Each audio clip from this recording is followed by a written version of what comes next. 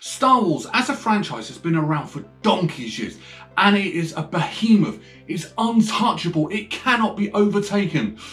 Until this film came out, and this film effectively, near enough, destroyed the Star Wars franchise. Well, it wasn't until thanks to this person came along. No, not that person, this person. That's him, Baby Yoda. You all love him. He's the person that saved Star Wars. But what was wrong with this film that was so bad that it nearly destroyed Star Wars? Well, let's find out.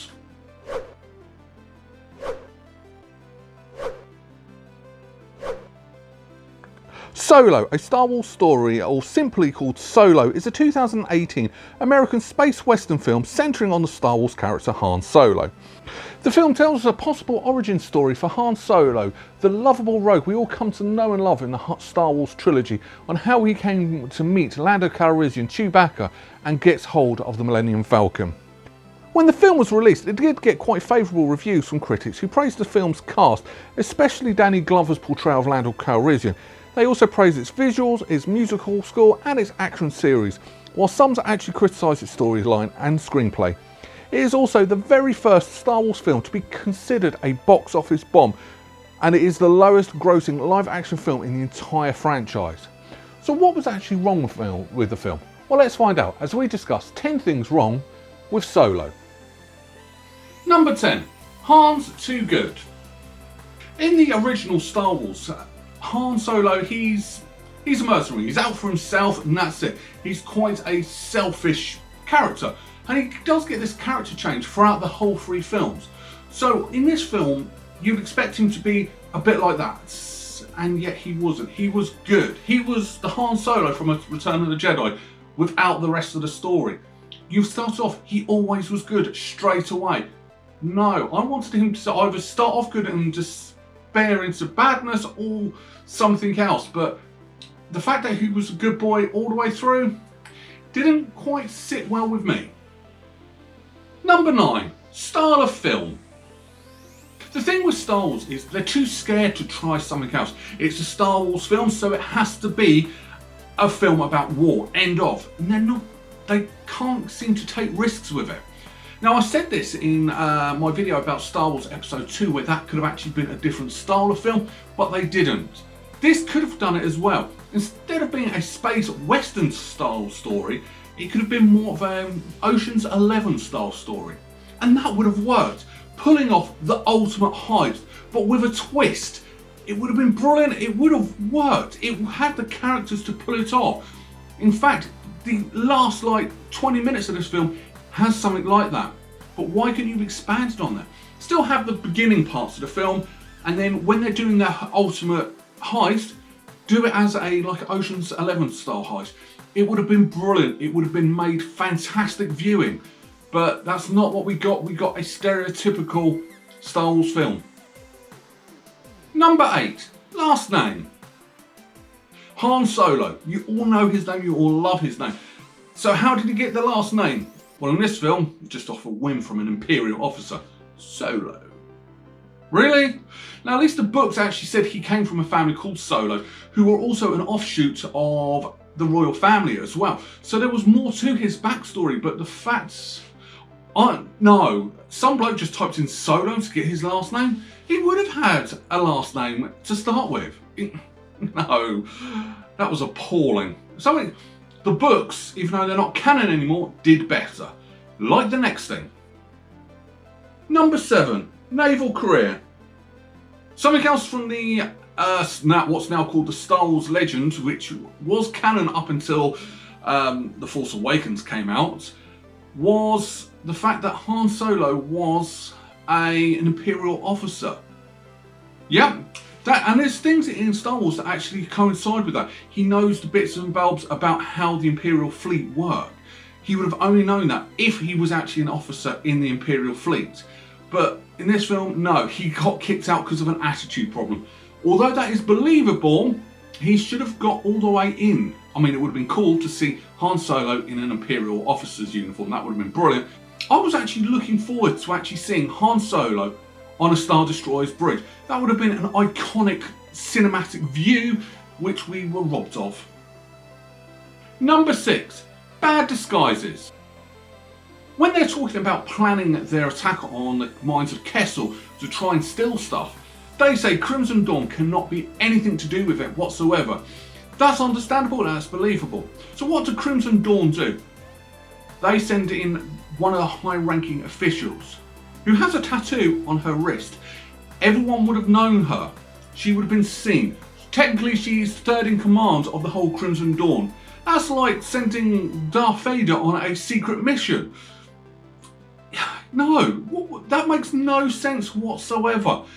It's supposed to be all about deception, and yet you're putting someone, a high-profile person, in. One person recognises that the whole thing. You're having this war that you want to avoid. Number 5, dice. You know, in the original trilogy, Han Solo has those dice, and it's always bugged you about where those dice came from, hasn't it? No, me neither. Yet this film actually makes a big deal about those dice, which, strangely enough, wasn't a big deal. As somebody who actually nitpicks and looks at every single thing in a film, I can't actually remember seeing those dice that often actually. They weren't predominant, they weren't that big of a deal. So why was that big of a deal on these dice? Number 4, dodgy love story. I think this has come up quite a few times. Lando Calrissian's attachment to his droid L3. Anybody else think that was a bit iffy? Now, if this was an adult, an R-rated or an 18 film, it would have been fine, but this is a kids' film. So, see, I'm lost for words. It's just wrong. It's quite disgusting and disturbing. This is a kids' film. Hell, no, that was just wrong. End of. Number 3, face reveal. So the Cloud Pirates have been chasing the good guys, or Han Solo and his gang really, throughout this entire film. And when they're down on the planet trying to actually sort things out, they take the mask off. The music's suspenseful. Who are we going to get? Are we going to get someone from Star Wars The Clone Wars? Someone from Star Wars Rebels? A character all the fans know? No, we get nobody. Was anybody else really disappointed with that face reveal? This film makes big deals of nothing. Hell, at least put Warwick Davis as the main character. We all know who he is. But no. It was a build-up with a very poor payoff. Again. Number 2, starting the rebellion. Again.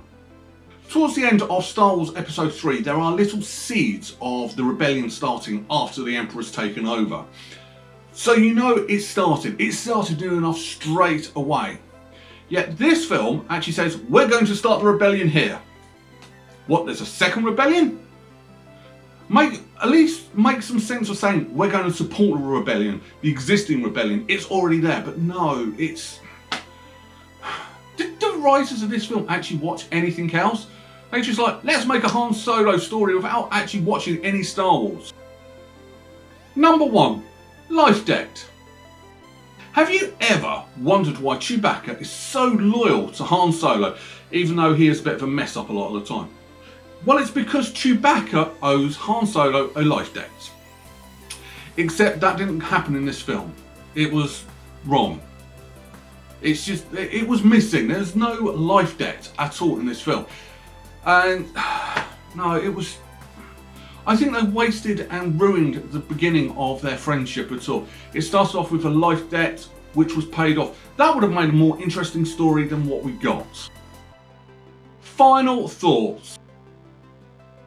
Strangely enough, watching this film, I did find it kind of boring, so much so, I had to watch it as a 2-parter because I turned it off, went and did other things and came back to watch the other half.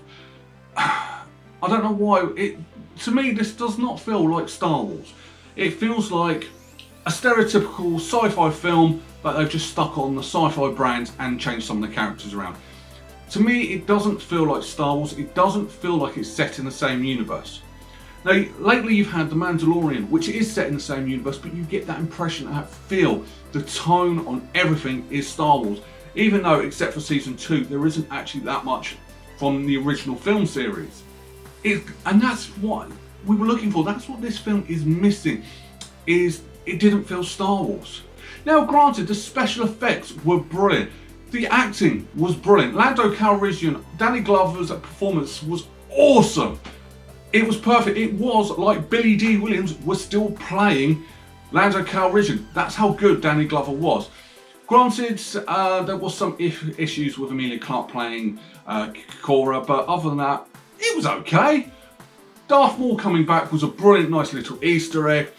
There's a lot of things good with the film. It's just, yes, the story is a bit flat. It's probably the best way I would describe it. Yeah.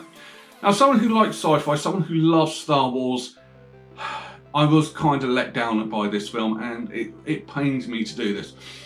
What am I going to rank this? Well, other than the story, the film looks good, and that's a good thing, but you can't have a good looking film without a good story. It's quite a hard one to rank. I'm going to give it a 5. I'm going to be sick. I feel really bad. Anyway, that's my opinion. What do you think? Do you agree with me? Which you probably don't. You're probably going to say, I don't know what I'm talking about.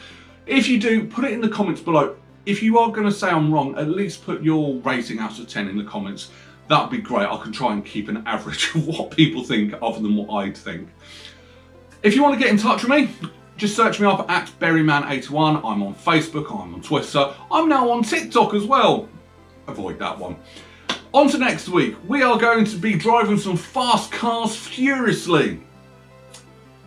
There's a clue for you. Until then, I will see you next Sunday. Take care. Bye-bye.